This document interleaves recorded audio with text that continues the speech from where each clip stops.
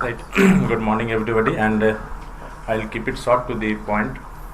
It's a review work, but with lot of added field geological data, wherein we just review the geology of Simachar Oasis in light of the passage of East African origin through Antarctica. Like, go directly to the first slide.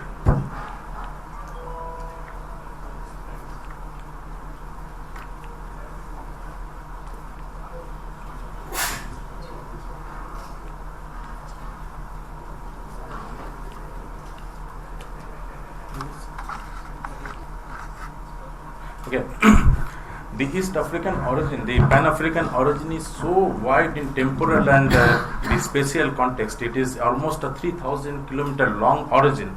Then it has got a lot of implications, wherein the East Gondwana and the West Gondwana came together.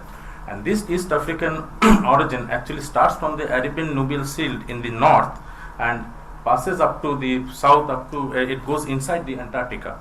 Now, going to the next slide.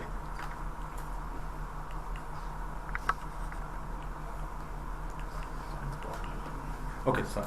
So this is in black. You can see this East African origin passes through the Lhotse, enters into the East Antarctica.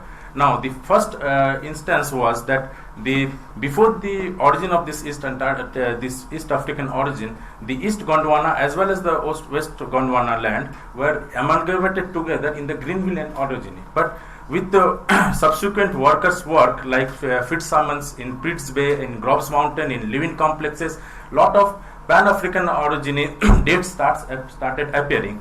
Thereby, it led to the controversy: was the Greenvillian successful in amalgamating the East Antarctic, the East Gondwana land, or all the amalgamation actually happened in the Pan-African orogeny time? Then after that, then the different two type of concepts started coming inside. Wherein in the red line you can see the East African origin started going towards the Pritts Bay, towards the Larsemann Hills, into the Australia, towards the Greater India. And the other one, the black one which is coming down, is going to the central drowning mudland. And if you see the bottom, this thing in here, this question mark remains, and this is still a problem, geological problem, which is being addressed by a lot of scientists throughout the world. But if we take this Arabian Nubian Shield, the main origin which is passing through the drowning mudland, this becomes interesting in the light of the fact that it passes through one of our stations, that is the Simachar Oasis. Now, going to the Simachar Oasis, this is one of our published papers wherein we show the passage of East African orogeny through the Simachar Oasis into the Humboldt Mountains, wherein we have the anorogenic magmatism in Gruber and Petermann Mountains in the east, and we have got the Orivin with the Greenvillian signatures in the west. So this is probably the passage of the East African orogeny through time and through space. So we go to what are the attributes to see if the suture zone is passing through the Antarctica, through the Antarctic in the Simachar Oasis. First, we go for the high-grade metamorphic assemblages, exposing the middle to lower crustal levels. Second, we see the PTT paths. Third, we see the polydeform terrains with a strong regional foliation. Fourth, we see the high shear stone zones, it is a simple shear or a subsimple shear. And 5, the time constant. So I'll take one by one fast and go to the Simachar context.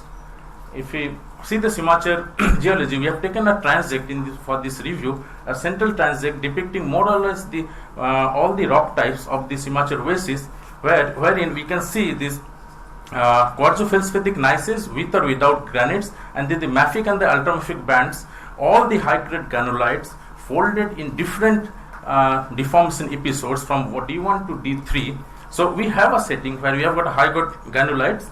And then if you see the rock types, we have a mafic granulites with 2 pyroxene plagioclase compositions, wherein we have the EPMA data. And then we have the quartzofelspathic gneisses, that is the basement gneisses, right? And then we have the metaphylites, again a component of the high-grade granulites.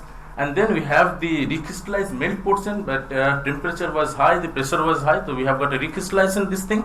And we have a metamorphic evolution in place. So in short, we have a 3 metamorphic episodes wherein we have a peak prograde, where the grade is increasing, and then with the increasing P and T, we have got the peak metamorphic M2 assemblages, where we have got the quartz garnet sillimanite, second sillimanite isograde, and then we have a decompression where the exhumation is taking place and where the middle to lower crustal is coming to the surface, and that is represented in geology by the retrograde amphibolite facies metamorphism. So herein we have the metamorphic evolution.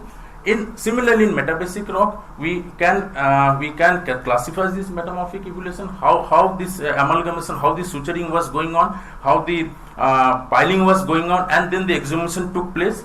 And then we go for this PTT path, the second attributes. In the second attributes, the PTT paths predominantly clockwise, which we expect in a suture zone, IBC followed by decompression, that is the exhumation. So these are the PTT paths of different workers, as we can see, and all are following a decompression after a piling up of crustal thickening, and then we have got a decompression. This is the another attribute of suture zone. Then we go to the third attribute. In a polydeform terrain, these are the structural attributes. If you see the structural attributes, we see three signatures of deformation episodes, wherein the strong first foliation are aligned to the second, that is the regional penetrative foliation, and wherein when you come to the final amalgamation, the final suturing, we have a lot of lineation coming into this, and these are basically the signatures of the shear zone coming into the play, which is very vital. Then in this polydeform terrain, we see this green color. These are the shear zone attributes which we find in Simacher. So now the shear zone is coming in the last phase of the suturing. So strain was estimated from the D3, the final shear zone, and the value goes in the gamma value goes in the order of 10 to 15. That's quite high, and that we actually generally expect in a suture zone related to Pan-African orogeny. And then if you estimate the vorticity, that is partitioning of the strain, wherein we partition, is it a simple shear or it is a heterogeneous shear, is it only pure compression or a combination. So we see the mean vorticity index is coming to 0.5 to 0.6, that means there was a 50 to 60% strain partitioning. Now this is interesting. This actually indicates that there was a continent-continent collision rather than a normal ocean to subduction. So this is very important in that context. Now, then the time constraint, we see from some monazite dates available within the shear zone, we find a signature of say somewhere around 550 to 542 mm. That's almost the closing stage of the suturing before the exhumation took place. And then we coming close to the topic, and there are two models from Beaumont et al. 2004. This is very interesting. I'll just take 1 minute.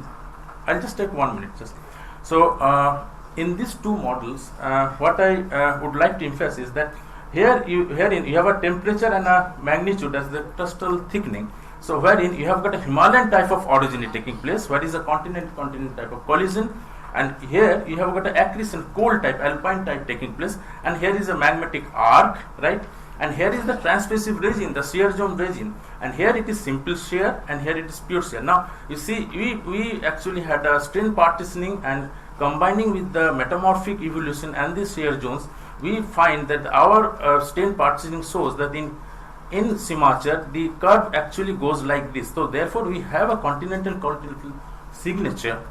And the same thing is depicted here with the geothermal gradient operating in the Paleozoic that time. So I'll just conclude with the right hand side figure here. So this is what actually happened in Simacher oasis, wherein in continental collision the strain partitioning was going on, and from a simple shear it went towards pure shear, pure compression around this time, and then a huge decompression to exhume it because that's why the Simacher we have the mid crustal to lower crustal things exposed. Thank you so much. Thank you.